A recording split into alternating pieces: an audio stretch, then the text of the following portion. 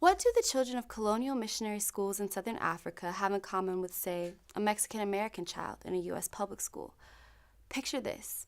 The year is 1960. You are 4 years old, living happily with your family in a beautiful African village, when suddenly you are kidnapped by men who do not look like you and do not speak your language. They take you to a school full of other African children and tell you all that if you speak anything other than the European language you are being taught, you'll be made to wear the necklace of a coarse rope, hanging from it the skull of a dead goat. Your neck bleeds from the abrasions of the rope. You vomit constantly from the smell of the goat, and you have to wear this necklace until you hear another African child speaking in their familial language. Now picture this. The year is 2018.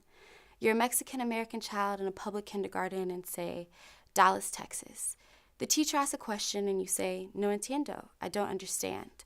The teacher says, "Only speak English in this classroom," but you can't remember the English word for understand.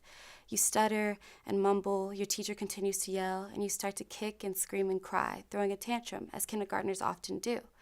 The teacher's response is to call the school security resource officer, who then calls the local police and has you arrested. Your wrists are so small that the teacher must handcuff your waist to that of another child while you wait for the police to arrive.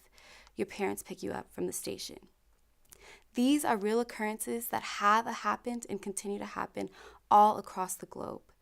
My research first began as an interrogation of the dehumanizing ways in which colonial missionary schools criminalized African cultures, but it quickly developed into a comparative project in which I analyzed how the very same anti-ethnic punitive practices are present in modern-day U.S. public schools.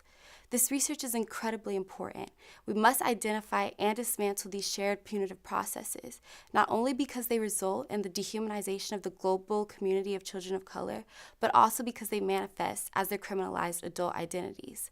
My hope is that through my research, I can develop a new dominant educational structure that is not only culturally competent, as modern social scientists have argued for, but culturally empowering, as the long history of disempowerment demands. Thank you.